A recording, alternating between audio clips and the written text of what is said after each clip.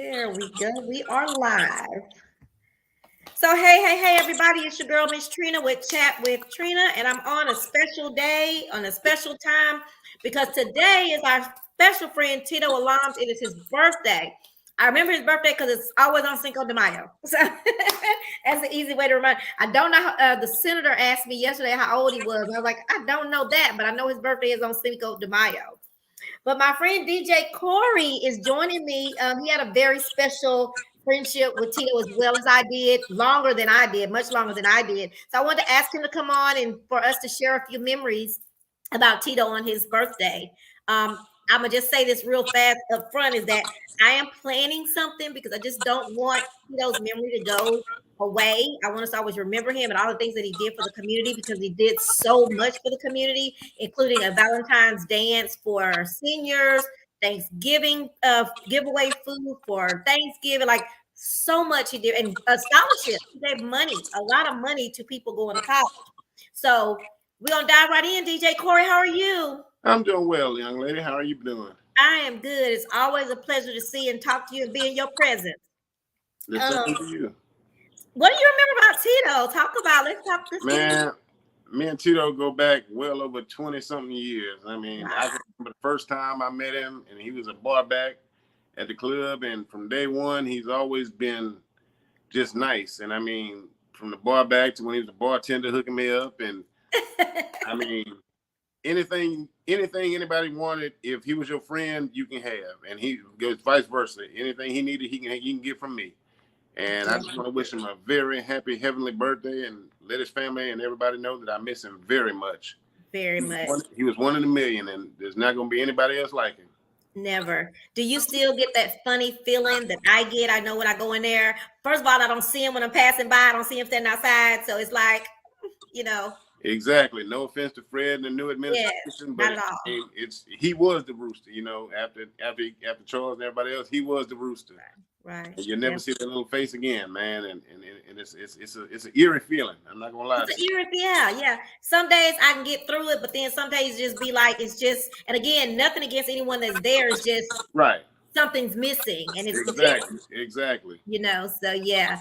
I know his spirit's there. It's definitely there. Definitely there. The senator, Boris Miles, he was on yesterday because he had told me a while back that he was a good friend of Tito's.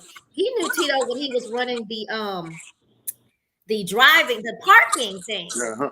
Mm-hmm. I did not know that. I never knew that story. Yeah, like I say, this goes back. I say Tito and clubs go back to shucks, I can't remember the name of that club out there, 59, but that's how long ago it was. And that was back in like 94, 95.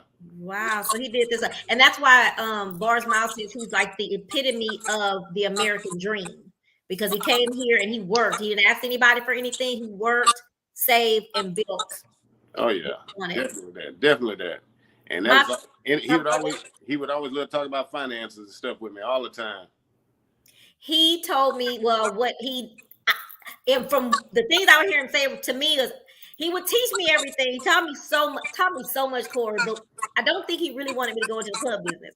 So he wanted to buy an Avis. And he said, well, when you retire, you can run the Avis. And I'm like, I don't want to run an Avis. I want to run the club. So just all in all, he would tell me things. Well, you got to go pick up the glasses so that you can humble yourself, pick up glasses, do this, and I did all of that. It did humble me to learn how to do that stuff. He taught me so much, and which is why a lot of people probably just didn't realize that we had such a good friendship. They probably thought other stuff. He was like an uncle niece kind of thing. And he was not ashamed to go out there and clean up a mess or pick up a mess or anything. Not at all. Even way back, and I'll tell you, I don't know if I've ever shared that. When the old Red Rooster was there, I was fairly new, to coming out into that community, and so he got my information from somebody and contacted me and told me to come for a meeting, and I was like, okay, whatever. So I kind of was easing into his office like I was scared, I guess. So I'm like, what do you want? And first of all, the first thing he said was, "You see that pretty little lady over there in that frame?" I was like, "Yeah, that is my beautiful wife. I ain't trying to do nothing. I want to set that up first. I'm not gonna risk her for you." I was like, cool. But then I was like, okay. And him and his wife and I end up being cool too. Oh, yeah. he called me in to say, "Hey, I need someone that I can trust to work my door." I was like, okay. He said, every Sunday. And that's how we started this friendship relationship. And it lasted from there. And that's back when y'all were doing dance Yep. every See our Sunday. production. Yep.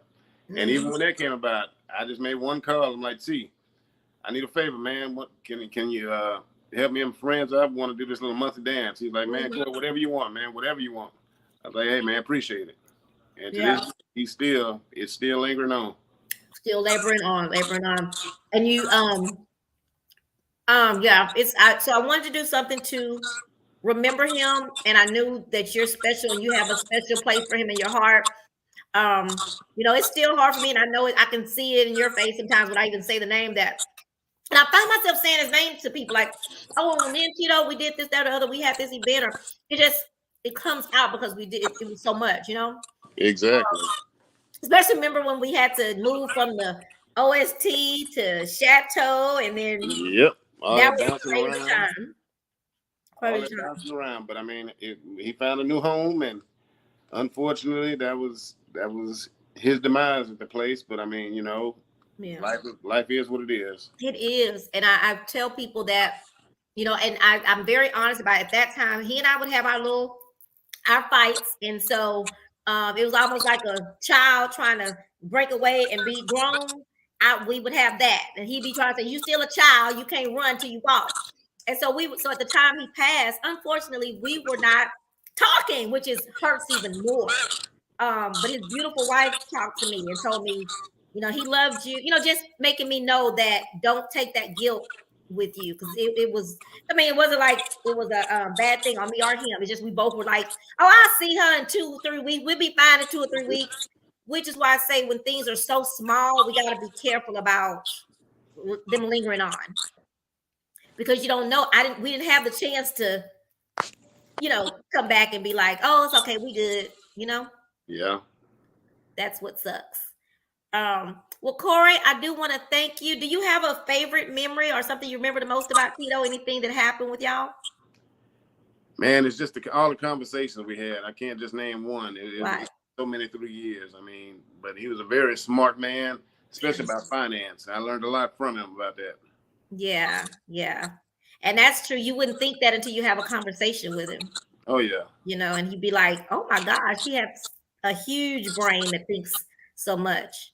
And So, he really loved the patrons of his club, and he loved his employees. oh, he did. That he definitely did. And he really cared about them. I won't go into detail, but there are lots of things he did for people that they weren't they were having conversations about different things going on in their life, not trying to ask him for anything, but he would offer up, Exactly. and I'm not Exactly. thinking of me, it's other employees that I knew of, and it's like, wow, he was just a good person until you mess with him.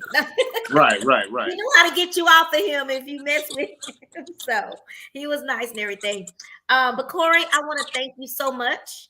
And And whatever you have planned for him, I'm definitely in there. I know you are, and I'm definitely gonna get this thing rolling. Sometimes it takes you a minute to get the rolling again, and so I'm definitely gonna get that done because our community, he did so much for the community.